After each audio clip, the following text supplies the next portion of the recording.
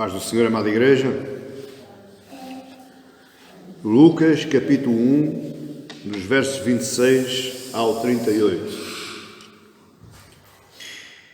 E por causa que este texto é um pouco extenso,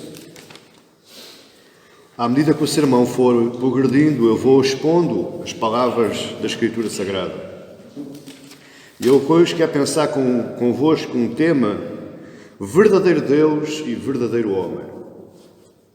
Verdadeiro Deus e verdadeiro homem. E neste texto que foi referido, nós temos o anúncio do anjo a Maria acerca do nascimento do Filho de Deus, acerca do envio do Filho de Deus. Leia comigo, verso 26 ao 29. No 6º mês foi o anjo Gabriel enviado da parte de Deus para uma cidade da Galileia chamada Nazaré, a uma virgem desposada com um certo homem da casa de Davi, cujo nome era José. A virgem chamava-se Maria. E entrando o anjo onde ela estava, disse: Alegra-te, muito favorecida, o Senhor é contigo. Ela, porém, ao ouvir esta palavra, perturbou-se muito e pôs-se a pensar no que significaria esta salvação. Maria, quando recebeu o anjo e recebeu a notícia que o Senhor era com ela, ela não percebeu.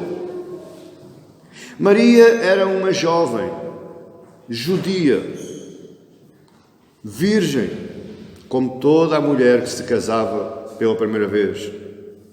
Ela estava prometida a um homem da casa de Davi, da tribo de Davi, chamado José.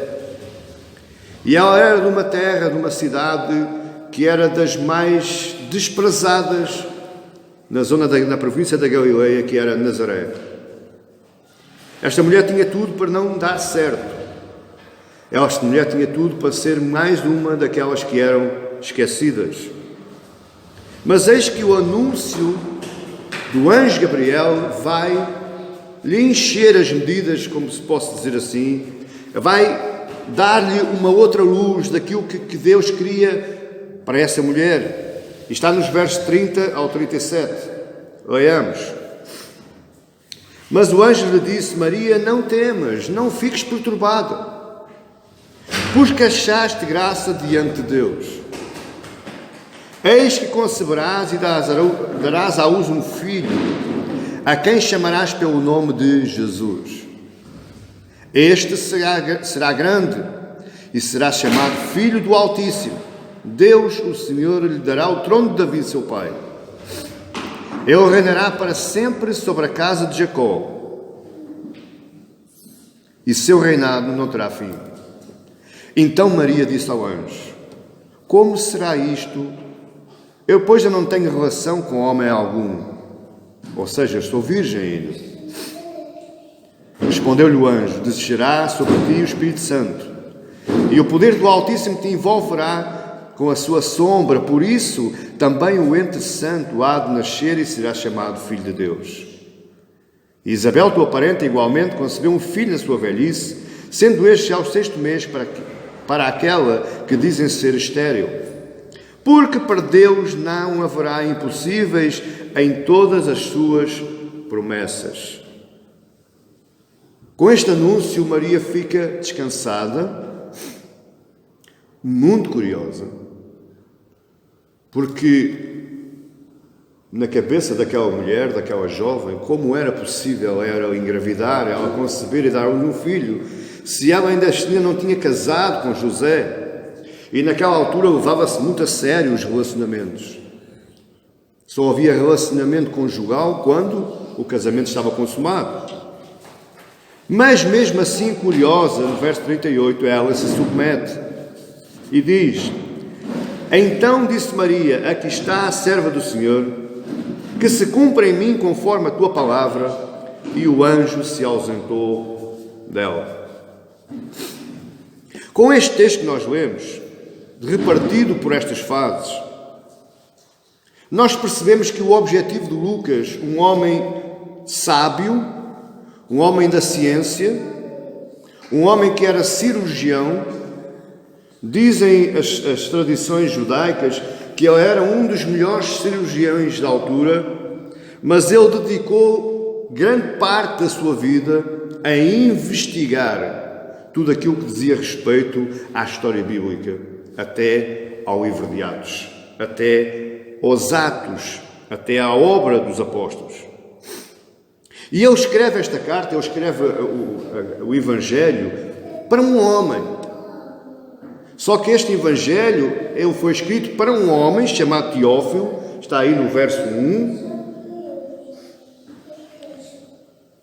ao 4, visto que muitos houve que empreenderam uma narração coordenada dos factos que entre nós se realizaram, conforme nos transmitiram os que desde o princípio foram Deus testemunhas oculares e ministros da palavra. Igualmente a mim me pareceu bem. E veja, depois de acurada investigação, e eu já lhes explico porque é que eu estou aqui a bater nesta tecla, depois de acurada investigação de tudo desde a sua origem, dar-te por escrito o excelentíssimo Teófilo uma exposição em ordem, para que tenhas plena certeza das verdades em que fostes instruído. Possivelmente este Teófilo eu estava baralhado, eu estava confuso. E não é caso para menos, porque as doutrinas após Jesus, elas começaram-se a alterar, não é nada de novo. O que nós estamos vivendo hoje no mundo evangélico, no mundo cristão, não é nada de novo. Começou lá desde o primeiro século. Havia muitas deturpações de interpretação da lei, havia muitas histórias, havia doutrinas diversas, e então este Teófilo, possivelmente, ele estava confuso, baralhado. Então Lucas garantiu-lhe que lhe ia contar tudo após acurada investigação. Ou seja, Lucas foi ao cerne da questão, ao cerne da história. E ele queria apresentar a Teófilo qual era a origem do Evangelho. Porque muitas são as histórias que se contam hoje. E eu fui buscar este sermão hoje, ao fim de 2 anos de ter pregado. Preguei-o em 2017. Por causa daquilo que se anda escrevendo nas redes sociais e que estão baralhando a mente dos cristãos. E nós, como bons ministros da palavra, nós temos que nos insurgir. Nós temos que nos colocar ao lado do Evangelho, ao lado da verdade do Evangelho.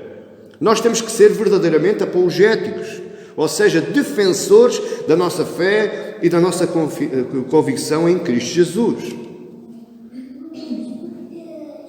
E esse é o objetivo deste sermão hoje. Eu quero lhe apresentar, independentemente daquilo que se anda escrevendo e falando, independentemente dos erros teológicos que se anda pregando aí nos dias do século XXI, Jesus era 100% homem e 100% Deus. Ele hoje é 100% Deus glorificado num corpo humano.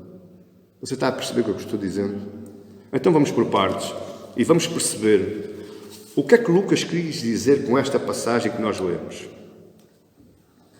Primeiro temos que ver o que é que ele anunciou, o que é que o anjo anunciou àquela mulher, àquela jovem, à virgem, àquela que se chamava Maria, que era de Nazaré da Galileia. O que é que o anjo quis anunciar? Ele quis anunciar que o filho que ela iria ter, e seria concebido pelo poder do Espírito Santo, diz aí no verso 35, que ele te envolverá com a sua sombra,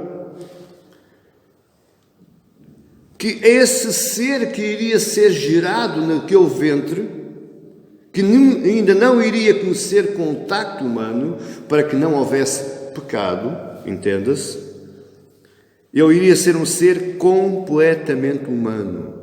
Aquilo que saiu do ventre da virgem, daquela mulher, daquela que era virgem, era um ser completamente humano. Jesus era uma pessoa, era um ser humano comum, com o corpo alma e espírito. No curso dos Evangelhos nós vamos perceber que ele teve fome, ele teve sede, ele sentiu-se doente, ele sentiu-se amargurado, ele sentiu-se cansado, ele sentiu-se triste, ele se zangou, ele se irou. Portanto, tudo características da natureza humana. Aquilo que Jesus fez aqui na terra, ou ressentiu aqui na terra, é aquilo que você sente. Ele era humano, completamente humano. Por que é que Lucas escreve assim? Porque nos primeiros séculos afirmou-se, e existem vários escritos, até alguns livros apócrifos, que Jesus tinha somente uma aparência humana. Ou seja, aquilo que nós víamos era tipo o filme do Caça-Fantasmas. Aquilo que nós víamos era uma nuvem, era uma aparência. Se fôssemos lá e agarrássemos, aquilo se esfumava. Essa era uma posição. A outra posição é que, mas a gente já me estou a adiantar, a outra posição é que ele era 50% Deus e 50% homem. A outra posição é que ele era um homem muito especial. E isto tudo nos primeiros séculos após a ascensão de Jesus Cristo. Mas a segunda coisa que o anjo quis anunciar à Virgem Maria era que a missão daquele que iria nascer do seu ventre, que ela iria pôr de nome Jesus, a sua missão seria a de salvar pecadores.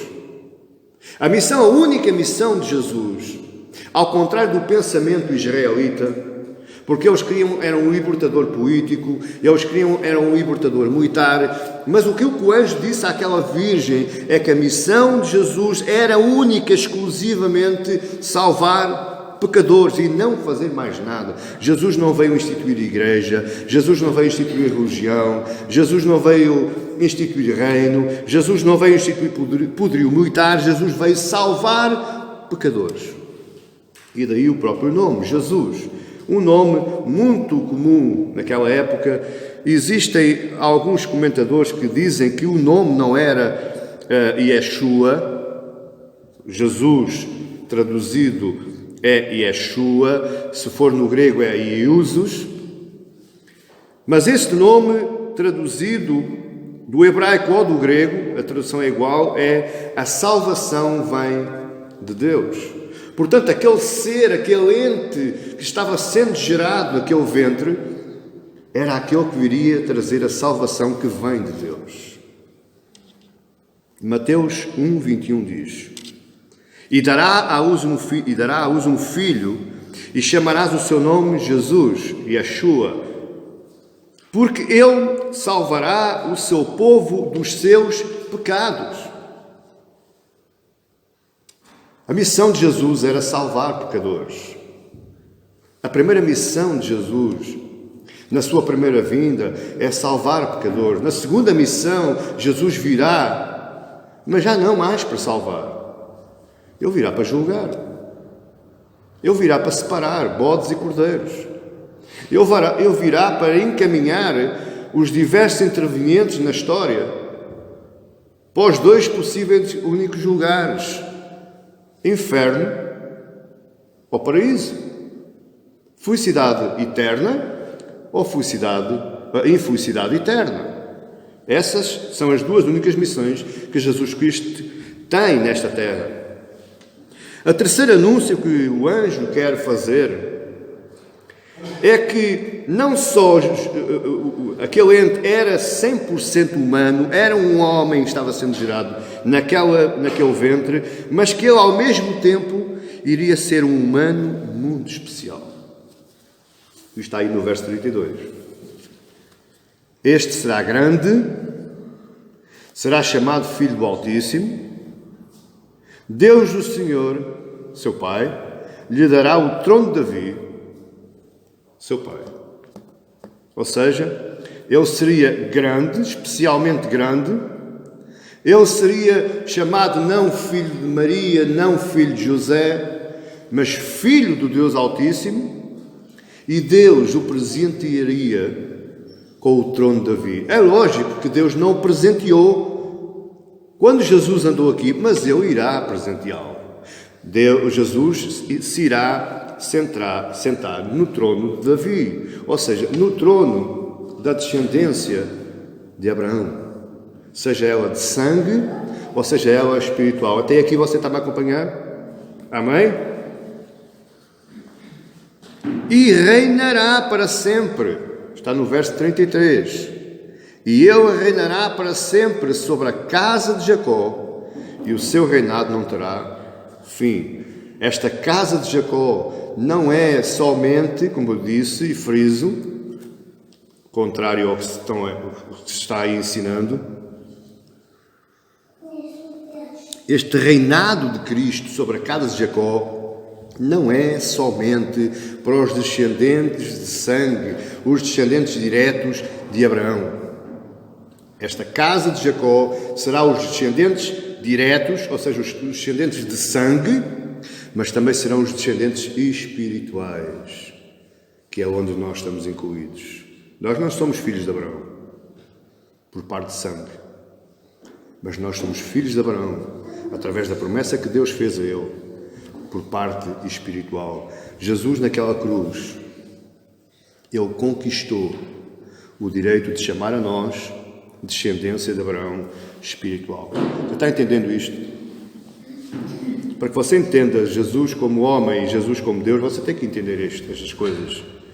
Porque é por causa disto que existem várias doutrinas, vários ensinamentos completamente abstratos e antagónicos àquilo que Deus falou. A terceira coisa que o anjo quis dizer é que o Altíssimo, o soberano Deus, o Criador dos céus e da terra, a envolveria com a sua sombra.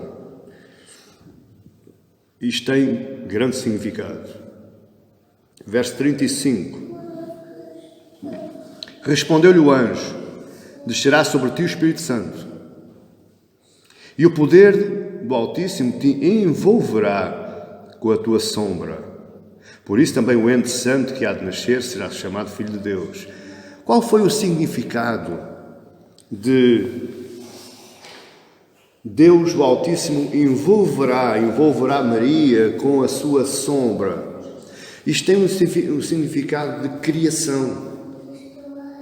Porque nós sabemos, em Gênesis 1 e 2 diz: no princípio criou Deus os céus e a terra. Criou Deus os céus e a terra. E a terra era sem forma, vazia, e havia trevas sobre a face do abismo. Agora olhe, e o Espírito de Deus se movia sobre a face das águas, ou seja, ele pairava como uma sombra sobre a face das águas. O Espírito de Deus protegia aquilo que viria a ser a criação suprema de Deus. Você está entendendo isto? O que aconteceu em Gênesis 1 e 2 estava acontecendo agora através do anúncio do anjo Gabriel à Virgem Maria. Deus estava criando. O que é que Deus estava criando? Pergunta a você: pastor, o que é que Deus estava criando no ventre da Virgem Maria? Alguém que iria dar início a uma nova raça, a um novo ser humano. Você já vai entender mais à frente porquê.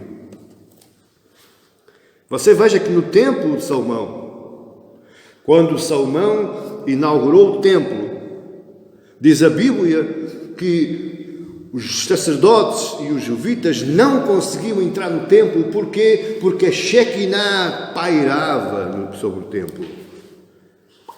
Era como sombra, abrangia, cobria. Você está entendendo o conceito? Agora presta atenção. Outro erro. Porque, como diz no verso 31, eis que conceberás e darás à luz um filho. Aqui os homens, os grandes estudiosos, eles dizem que Maria gerou o Filho de Deus. Então, se Maria gerou o Filho de Deus, então Maria é mãe. Por outras palavras, para você entender, o anjo Gabriel diz: conceberás. Os estudiosos dizem que ela gerou. Então, se ela gerou, aquele que iria ser santo, Filho do Deus Altíssimo, aquele que ia ser o próprio Deus encarnado na terra, então Maria era agora filho de Deus, mãe de Deus. Havia Deus Pai, Deus Filho e a mãe do Deus Filho. Você está entendendo até aqui? Só que Deus não gerou ali o seu Filho. Jesus Cristo nunca foi gerado. Ele foi-lhe dado a oportunidade, através do processo que é inexplicável, é um mistério, através do Espírito Santo, houve um elemento que foi colocado no útero da Virgem Maria, assim exatamente igual ao espermatozoide o masculino. Houve um elemento divino que foi colocado no útero do útero da Virgem Maria, e dali foi concebido um ser, um ente santo, sem pecado. E sem pecado porquê? Porque não teve intervenção carnal. Pastor, mas nasceu do ventre da Virgem Maria, mas não houve intervenção secundária masculina. Você está entendendo? Por isso é que é sem pecado. Através da história da Igreja, desde os tempos primórdios dos primeiros séculos até hoje, infelizmente, e com grande tristeza eu falo isso, infelizmente, muitos cometem graves erros de interpretação acerca do mistério da divindade de Jesus. Dizem as maiores asneiras, escrevem as maiores... Eu nem sei qual é o adjetivo que eu ia dar. Às vezes até dá vómito, só de ler certas coisas. E não pense que são pessoas comuns que escrevem isso. São pessoas letradas. São pessoas que estudaram em grandes universidades. São pessoas que, através da sua vida sacerdotal, chegaram a cardeais e até papas. E eu pergunto, como é que pode ser possível pessoas dessas falarem e introduzirem ao erro os cristãos mais piedosos, que por causa da sua piedade e por causa da sua simplicidade acreditam em tudo aquilo que se lhe diz? Grandes contras. Nós, aqueles que pensamos que somos estudiosos, teremos que dar a Deus grandes contas. Daqueles que, por causa da nossa burrice, por causa do nosso pensamento, levamos outros ao erro. Grandes contas. Lá nos primeiros séculos, não é difícil de analisar isto. Temos Eusébio, temos Agostinho de Hipona, e eles escrevem que grandes pensadores, grandes historiadores, filósofos, eles se levantaram para estudar acerca do assunto da divindade de Jesus. Eles queriam dar uma explicação. É mesmo assim. Eles queriam explicar como é que Jesus era Deus. E agora repare, isto é histórico, pode ser consultado. Numa cidade chamada Calcedónia, no ano 451 depois de Cristo, realizou-se ali um dos principais concílios que originou a chamada Igreja Cristã, que por erros graves tornou-se na Igreja Católica Apostólica Romana, mas que, graças a Deus, em 1517, se levantaram grandes reformadores, grandes homens, que colocaram novamente a palavra de Deus à disposição do povo e, com isso, o pleno conhecimento da palavra. Mas, nesse concílio, bastante alargado o tempo, foram vários anos, ali se tomaram várias posições e se rejeitaram também várias opiniões. Foi quase que uma peneira para escolher o trigo. Mas veja o que se falou lá nesse concílio. Ideias que foram completamente rejeitadas. Primeiro, dizer que Jesus era somente humano, mas um homem muito especial. Ora, lógico que isso foi colocado de parte. Porquê? Porque ele não era só humano, ele também era divino. Mas muitos também disseram que ele não era humano. porque foi concebido pelo Espírito Santo, então era um ser divino somente e não humano. É claro que os bons teólogos e aqueles que estavam atentos e iluminados pelo Espírito Santo de Deus rejeitaram essas ideias. Apareceu também o facto de alguns negarem as duas naturezas juntas na mesma pessoa, ou seja, natureza humana, natureza divina na mesma pessoa. Muitos negaram também que as duas pessoas,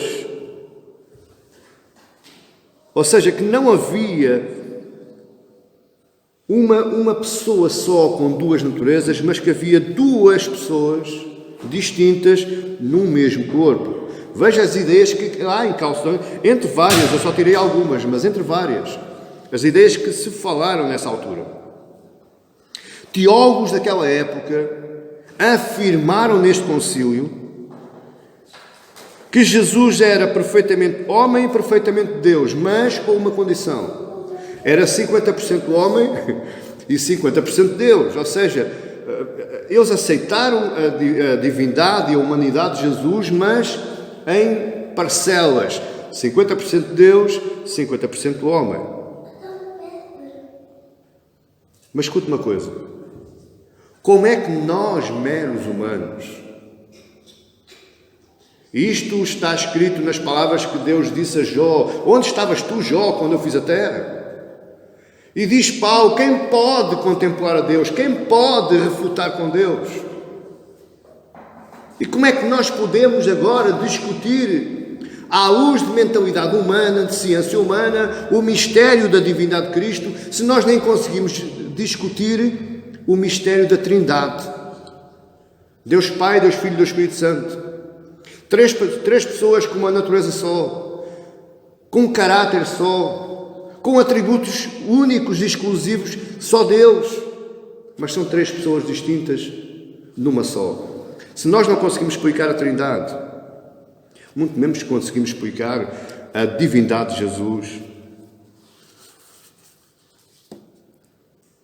Houve refutamentos, claro, dos bons teólogos, e eles disseram que o Filho de Deus não nasceu no ventre da Virgem Maria. O Filho de Deus é desde o início. E se nós formos ler João 1, ele diz que o verbo, a palavra, vou ler que é para nós não nos enganarmos. No princípio era o verbo, e o verbo estava com Deus, e o verbo era Deus. Ele estava no princípio com Deus, e todas as coisas foram feitas por intermédio dele, e sem ele nada do que foi feito se fez. Então, Jesus não nasceu, o Filho de Deus não nasceu no ventre da Virgem Maria. O Filho de Deus não nasceu. O Filho de Deus não foi criado. O Filho de Deus existe desde o princípio de todas as coisas.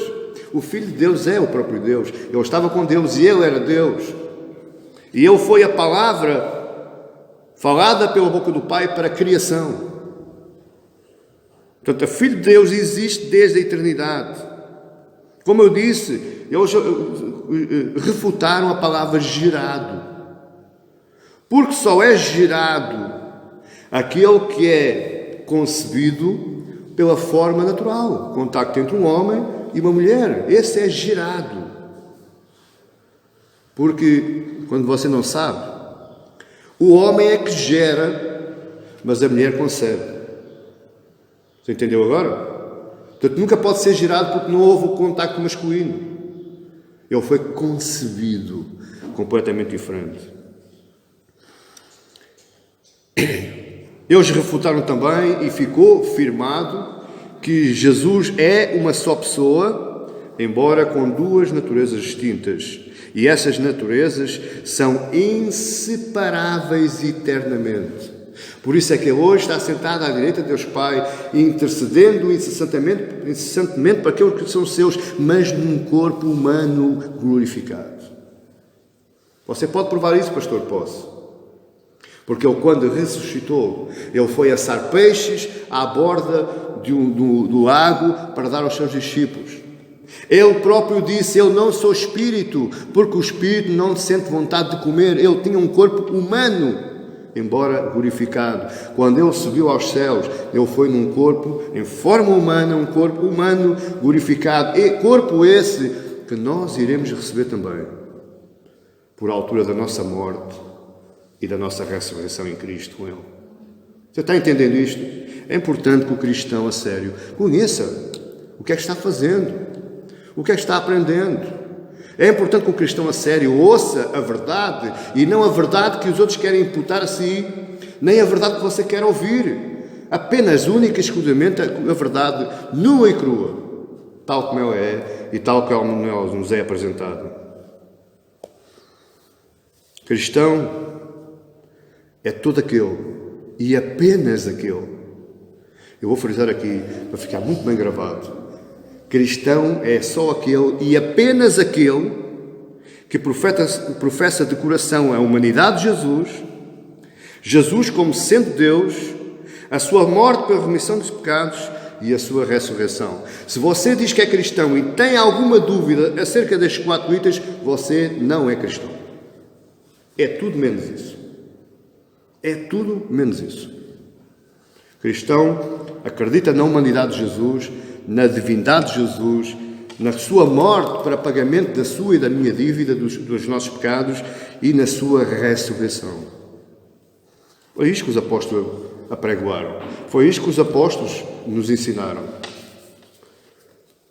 A pergunta é: qual é a importância de ele ter que ser humano? Porque é uma pergunta bastante relevante. Jesus não podia só vir como Filho de Deus, como Deus. Jesus não podia só vir como Deus anunciando o arrependimento dos pecados. Podia ou não podia? Podia. Ele se apresentou no Antigo Testamento como anjo, os autores falam em anjo, mas era Jesus. Era o próprio Jesus. O próprio Jesus apareceu a Noé e anunciou-lhe o dilúvio e anunciou-lhe a arca. O próprio Jesus andou com Noé quando ele andou 120 anos anunciando o arrependimento e todos o gozaram. Da mesma forma como lá à frente, no ministério dele já cá na terra, ele andou anunciando o arrependimento e todos o gozaram. Todos fizeram troça dele. Qual é a importância de ele ser humano? Porque Deus precisa de cumprir todas as promessas feitas ao seu povo. Não percebi, pastor? Eu vou explicar. Em Gênesis 3,15, é uma das maiores verdades saídas da boca de Deus. E é aqui que se baseia todo o conceito que Jesus era 100% homem e 100% Deus, porque Deus diz: e porém inimizade entre ti e a mulher, e entre a tua semente e a sua semente. A semente de quem? Da serpente. E a semente mais quem? Da mulher. E esta semente, este que sairá da mulher, ela te ferirá a cabeça e tu lhe ferirás o calcanhar.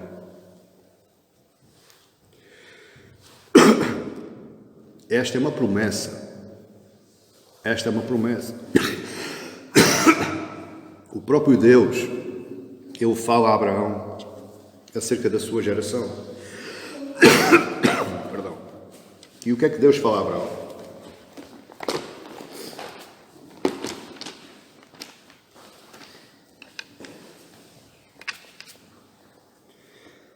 É Gênesis 17, verso 5. Abraão já não será o teu nome, e sim Abraão. Porque por pai de numerosas nações te constituí. Far-te-ei fecundo extraordinariamente e te farei nações, e reis procederão de ti. Estabelecerei a minha aliança entre mim e ti, a tua descendência no decurso das suas gerações, aliança perpétua para ser o teu Deus e da tua descendência. Dar-te-ei à tua descendência a terra das tuas peregrinações, a toda a terra de Canaã, em possessão perpétua, e serei o seu Deus. O que é que Deus fez? Deus fez um pacto com Abraão. Se tu me fores obediente, se tu me seguires, se tu fizeres aquilo que eu quero, eu dar-te-ei uma descendência. Eu far-te-ei pai de muitas nações. Eu darei-te uma grande nação. Que nação era essa? A nação de Israel. Mas não só. A nação espiritual da descendência, ou seja, a descendência espiritual de Abraão. Essa descendência espiritual de Abraão era uma promessa de Deus por várias gerações. E isso foi objetivado e foi efetivado por Cristo na cruz. Deus promete também a Davi que dele se ergueria aquele que haveria de sentar no seu trono eternamente. E porquê? Qual é a causa destas promessas de Deus aos homens? Por causa do pecado inicial. Quem é que trouxe o pecado ao mundo? O primeiro pai. O pai Adão. O pai Adão pecou. Adão era o cabeça da raça humana criada por Deus no início. Paulo chama a Adão o primeiro homem. Mas também Paulo chama a Jesus o segundo homem. Ou seja, Adão era o pai da raça humana criada em Gênesis, na criação, no início. Agora Jesus é o pai da raça humana criada na cruz. E para isso, para haver esta compensação de promessas, para haver este cumprimento de promessas, melhor dizendo, Jesus tinha que se tornar homem, conforme Adão era. Não havia outra forma. O primeiro homem, o segundo homem. Tinha que ser um representante nosso. Diz a Bíblia que ele se colocou em nosso lugar, por causa das nossas dores, e colocou sobre si todas as nossas iniquidades, ou seja, todos os nossos pecados. Tinha que ser homem para tomar o nosso lugar, para ser igual a nós. Um homem. Mas também tinha que ser Deus porquê? Porque é que não podia ser só um homem?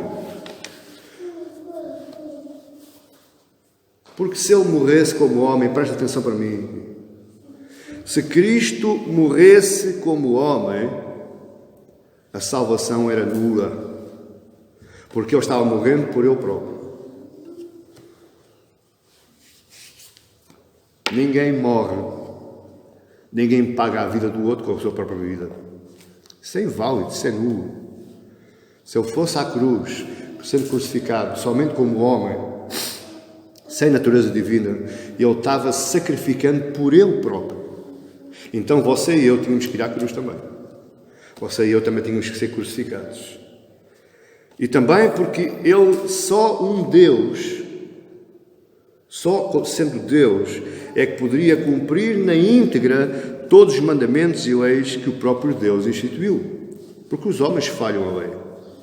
Não há homem nenhum que cumpra a lei, não há homem nenhum que cumpra os mandamentos de Deus, não há homem nenhum que cumpra a palavra de Deus na íntegra. Não há, não existe, é impossível. Porque a lei foi dada para despertar o pecado. Se não houvesse pecado, não era necessária a lei. Então nós estamos debaixo da lei, entre aspas, porque pecamos. Então Jesus tinha que ser Deus, embora seja homem, tinha que ser Deus para cumprir em tudo os mandamentos e as leis de Deus. Por isso é que ele disse na cruz: Tetelestai, está consumado. Pai, eu já cumpri tudo agora. Eu já paguei tudo, eu já quitei tudo. E também porque ele tinha que fazer certo o que Abraão fez de errado. Abraão quis ser parecido com Deus. E a palavra diz que ele se despejou de tudo e, sendo Deus, não aspirou a ser Deus. Ou seja, aquilo que Adão fez, eu disse Abraão? Não, é Adão. Aquilo que Adão fez de errado, Jesus agora veio converter em certo. E para que a sua morte também, conforme eu disse, valesse de alguma coisa eterna, de alguma coisa para a humanidade. Ele morreu desta forma, como homem e como Deus, para que pudesse ressuscitar e viver eternamente. Amém, igreja? Se você não acredita nisto, amado irmão, escolha outra seita, escolha outra religião. Porque se você não acredita nisto, eu não estou falando só para aqui, para esta sala, estou falando lá para casa também. Há aqueles que têm dúvidas e inventam histórias e doutrinas que não têm nada a ver com Deus. Tudo aquilo que está na Bíblia está escrito e nós percebemos nos vários evangelhos, nas várias cartas e na história do Antigo Testamento. Nós percebemos quem é Deus, quem é Jesus, como homem e como Deus. Qual a finalidade como homem e qual a finalidade como Deus. Tinha que ser assim. Para que nós pudéssemos então agora, hoje, podermos usufruir da salvação eterna.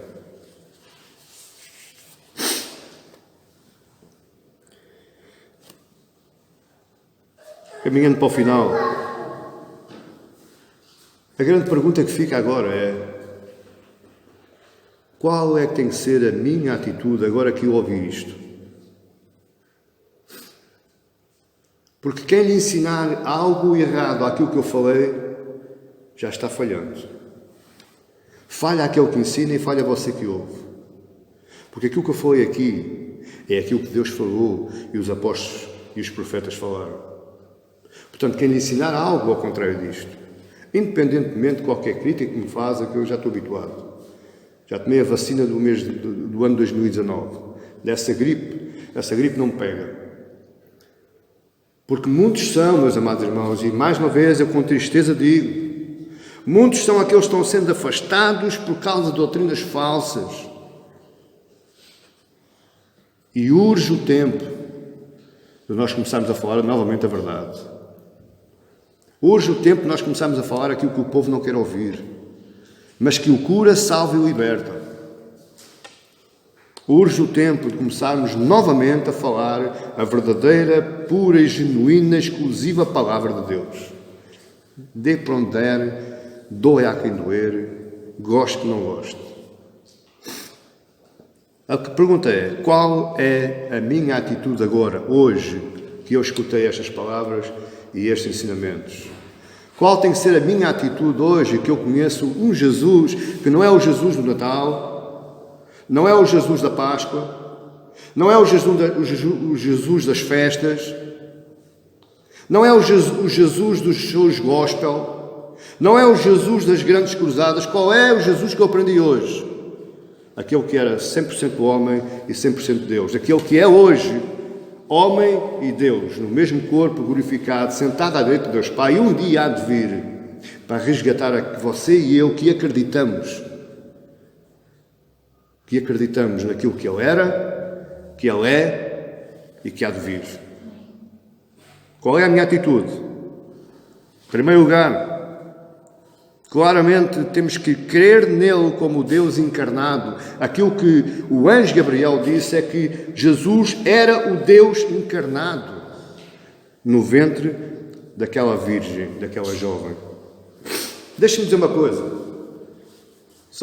Deixa-me só aqui fazer um parênteses. Eu honro muito a atitude desta mulher Maria. Porquê, pastor?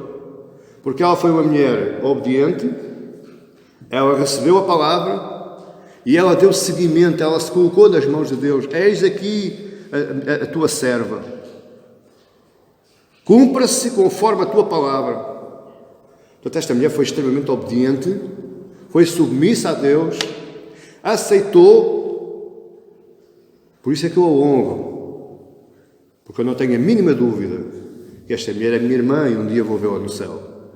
Mas não é por causa dessa obediência, não é por causa dessa submissão que eu vou fazê-la dela uma santa. E muito menos vou considerá-la como mãe de Deus, porque o meu Deus não tem mãe nem tem pai. Todos os homens são submissos a Deus e Ele não precisa de mãe nenhuma. Por isso, possivelmente, lembrando as palavras de Jesus naquela cruz, quando ele se volta, já crucificado, ele se volta para João e diz: João, eis aí a tua mãe, mulher, eis aí o teu filho. Eu não sei se terá algum encontro, se terá algum paralelismo, mas possivelmente é caso para nós pensarmos. Jesus descartou a maternidade daquela mulher para João. Portanto, ela não é a nossa mediadora, ela não leva as nossas orações ao Pai, ela não nos traz a salvação, ela não nos perdoa os pecados e muito menos nos cura, nos salva e nos liberta. O único que faz isso é Cristo Jesus, o Deus Supremo, que se encarnou, se fez homem e andou no meio de nós, morreu e ressuscitou e ascendeu aos céus. Em segundo lugar, já falei, a minha atitude é crer que Ele ressuscitou dos mortos e não sermos mais uns Tomés. Porque várias são as especulações, também derivado ao farisaísmo da época e derivado também um pouco às ideologias primitivas da Igreja Católica, que diziam que Jesus não ressuscitou. Antes, Ele foi roubado do túmulo pelos apóstolos, pelos discípulos. E porque os discípulos embebedaram os guardas que estavam junto ao túmulo e assim o roubaram o corpo para agora profetizar a doutrina da ressurreição. Mas vejam, 500 pessoas viram Jesus ressuscitado. Ele pregou no fim de ressuscitar para 500 pessoas. Ele andou com os seus discípulos 40 dias e 40 noites. Ele comeu e dormiu, já ressuscitado, com os seus discípulos. Tomé teve a oportunidade de lhe colocar a mão nas chagas e no lado direito do seu abdômen. Portanto, ele ressuscitou. 12 pessoas viram ele ascender aos céus. Portanto, e a terceira atitude que nós temos de ter é acreditar que a sua morte e a sua ressurreição é a única maneira de sermos salvos dos nossos pecados. Não é pelos nossos atos, não é pela nossa força, não é pelo nosso saber, não é por nada que provenha de nós. Somente somos salvos dos nossos pecados por causa da sua morte e da sua ressurreição. A quarta atitude que nós devemos ter depois de ouvirmos estas palavras, é hoje nos arrependermos dos nossos pecados. É hoje tomar uma posição de arrependimento perante Deus o Pai, através de Cristo. Hoje temos que tomar uma atitude de arrependimento e de começarmos a viver de acordo com aquilo que Ele nos ensinou. Está escrito nos Evangelhos, está escrito nas cartas paulinas, está escrito nas cartas pastorais, está escrito no Velho Testamento, ou seja, está escrito em toda a Bíblia. Este é o nosso manual de vivência. Não é de sobrevivência como muitos querem. Eu vou a Deus para Ele me curar, eu vou a Deus para Ele me abençoar, eu vou a Deus para Ele prosperar. Não, isso é ser manual de sobrevivência. Mas este tem que ser um manual de vivência. Ou seja, é a minha forma de viver enquanto habitante desta terra. Eu tenho que viver conforme Ele me ensinou. Em quinto lugar, qual tem que ser a minha atitude? Amar a Jesus de todo o meu coração, de toda a minha alma, e servi-lo como meu mestre, independentemente daquilo que eu penso, independentemente daquilo que eu acho, independentemente daquilo que eu sei. Ele é o meu mestre e só Ele eu devo obedecer e só Ele eu devo seguir. A palavra dele é lei. Está entendendo? A sexta atitude que eu tenho que tomar, agora que eu ouvi estas palavras, é adorá-lo como Deus e dar-lhe o primeiro lugar em nossas vidas. Meus amados irmãos, olhem para mim, eu tenho que falar claro. Eu hoje vou falar claro. Vou falar claro agora de manhã e vou falar claro à noite. Prepare-se. Eu hoje estou numa de falar claro. Como é que as testemunhas de Jeová podem dar aí a aborrecer a cabeça das pessoas, a prometer a salvação eterna, se eles dizem que Jesus foi um profeta? Apenas um profeta, um mero profeta.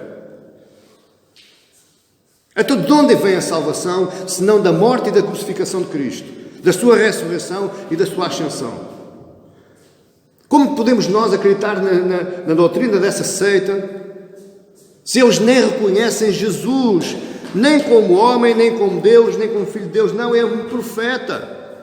Foi um dos muitos que apareceram na história bíblica.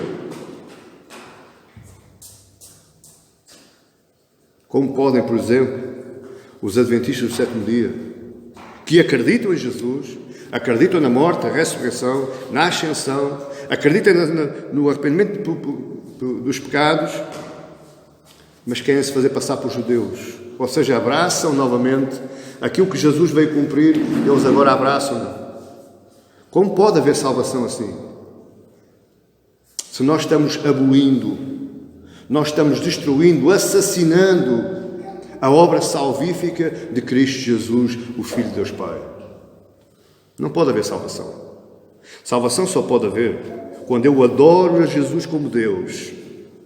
Salvação só pode haver quando eu me dispo de mim próprio, quando eu abro mão, renuncio de mim próprio e lhe dou a Ele: Senhor, Tu és o primeiro da minha vida. Não é o meu pai, nem a minha mãe, nem a minha mulher, nem o meu esposo, nem os meus filhos, nem o meu emprego, nem o meu trabalho. Nada! Isso são coisas secundárias. O primeiro lugar da minha vida é Cristo Jesus. Sétimo lugar. Qual deverá ser a minha atitude agora que eu ouvi estas palavras? É falar a respeito dele. Já viu que paradoxo? Mas que controvérsia. Eu amo, eu sirvo, eu adoro, ele é o primeiro da minha vida, mas depois não anuncio, não falo. Não me alegro de falar de Cristo, envergonho-me de falar de Cristo. Mas que diabos! Até os grandes mestres da faculdade, os grandes catedráticos, de quem é que eles falam? Dos seus mestres. Nas suas teses, eles referenciam aquele que os ensinou. Até nós referenciamos a quem? Se ele é meu Senhor e meu Mestre, então eu não dou referência a ele? Eu calo? Eu envergonho? Eu fico calado? Se ele é o meu Senhor e Mestre, aquele que me salvou, que me perdoou dos meus pecados, então eu não falo daquela obra que me salvou a mim? Envergonho? Fujo das questões? Ou invento? Para ficar bonito na fotografia. Amado irmão, saber que Jesus é homem e que é Deus nos traz vários dissabores. Nos causa grandes dores de cabeça. Porque é um mistério que ninguém, não há ciência nenhuma no mundo que possa justificar isso cientificamente, através de coisas palpáveis ou através de umas contas matemáticas que comprovem que Jesus era Deus e era homem. Não há, não existe e nunca haverá, porque isso é um mistério guardado para aqueles que são dele, mas é lá na glória. Na glória nós vamos perceber. Aqui não. Na glória vamos perceber. Mas das duas uma. Ou você anda neste mundo miserável, com essas dores de cabeça e com esses dissabores que esta fé lhe vai causar, esta apologia lhe vai custar, ou então você não é cristão. É caso para cansar. Você está aqui nesta sala. Você que está ali na sua casa, no seu trabalho, no seu escritório, no seu carro. Você que diz que professa a fé cristã. Você que abre a boca e diz: eu sou crente, sou cristão. Eu sigo a Cristo. Então é para você que eu quero falar. Deixe-me fazer 3 perguntas. Só para você poder meditar agora. Se realmente você professa a fé cristã. Ou se você é mais um verbo de encher. Me perdoa esta expressão, mas não encontro outra melhor. Porque existe, por exemplo, muitos adeptos de clubes esportivos, mas que é só para encher, porque eles nem sequer interferem com as atividades dos seus clubes. Existem muitos adeptos de partidos políticos, mas são somente apenas verbos de encher, porque eles não se complementam com as atividades desse tal partido. E o mesmo se passa nas igrejas evangélicas. Existem muitos que dizem, e agora há aí uma nova denominação de evangélicos, sabe? Quando eu era mais novo, eu ouvia muitas vezes o meu pai falar, o meu pai e outros velhos, eu sou católico, mas não praticante. Portanto, era católico porque a família é católica, mas não pratica. E hoje há uma outra classe de evangélicos. Eu sou evangélico, mas não praticante. Ou seja, eu sou evangélico porque eu nasci dentro da igreja, porque o meu pai me levou para a igreja, porque toda a minha vida ouvi falar na igreja, mas eu não pratico. Portanto, são os evangélicos não praticantes, que é essa classe que anda aí agora. E principalmente aqueles que não precisam de se congregar com os irmãos. São evangélicos não praticantes. Mas as perguntas são as seguintes. Você que diz que é cristão, você que professa que a fé cristã, qual é o lugar de Jesus na sua vida? Faça de conta que existe um pódio com vários lugares, do 1 ao 5, por exemplo. Onde é que você colocou Jesus? A seguir ao filho, à filha, à esposa, ao trabalho? Sim, porque existe muito cristão que eu já ouvi dizer: a minha vida é a minha esposa, é o meu filho. Eu só vim para o trabalho. Ora, se alguém diz isso, então Jesus não está em primeiro lugar. Existe algo que o motiva a viver. A segunda pergunta que eu queria fazer: se você professa a fé cristã, se você realmente diz que é cristão, você medita na palavra dele. Se você diz que ele é Senhor e Mestre da sua vida, você medita nos seus ensinamentos para saber mais dele, para aprender mais dele.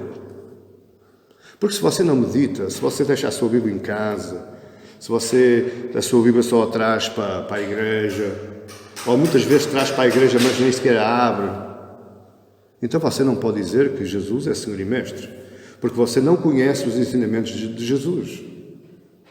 Porque o ensinamento está fechado.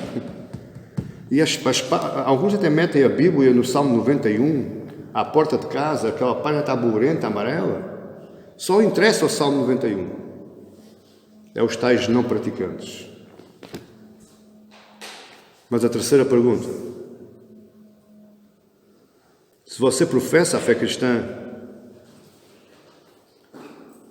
você segue a Jesus de toda a sua alma, procurando fazer tudo aquilo que Ele ensinou, por mais complicado, ou por mais que isso lhe complique a sua vida. Pense nisso. Você fala dele. Você proclama o seu Evangelho.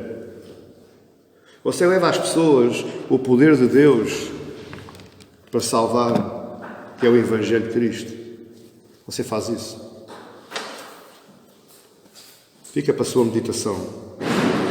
Você questionar o seu coração se realmente é ou não. Mas, meu amado irmão, deixe que eu lhe diga: se você ainda não faz nada disto, é hora de mudar. O tempo urge. O dia é hoje, a hora é agora. Ainda há uma segunda oportunidade. Ainda há uma ocasião para você dizer: Deus, perdoa-me, porque eu tenho andado de abstrato quanto às tuas coisas. Mas eu quero sim, a partir de hoje, professar a fé cristã, mas a genuína, a verdadeira, aquela que provém do trono da graça. Aquela que Deus inspirou e iluminou homens e mulheres para que nós hoje tivéssemos nas nossas mãos tudo aquilo que diz respeito a Jesus. E seja um apologeta. Lembre-se que todos os apóstolos, todos os grandes homens de Deus na igreja primitiva, eles morreram por professar a verdadeira fé cristã. Eles morreram por causa de dizerem que Jesus era Deus e Jesus era homem, que Ele morreu, foi crucificado, ressuscitou dos mortos e ascendeu aos céus. Eles morreram por causa disso. Eles eram verdadeiros cristãos. Agora, todo aquele que se envergonha, todo aquele que tem vergonha, tem medo de ser mal recebido ou passar algum dissabor psicológico, não pode ser cristão. Que Deus nos ajude, amada igreja. Que Deus nos ajude a ir novamente ao caminho. Que Deus nos ajude a suportar tudo aquilo que possamos ter que suportar por causa da nossa fé em Cristo. Que Deus nos ajude e que Deus nos abençoe, em nome de Jesus.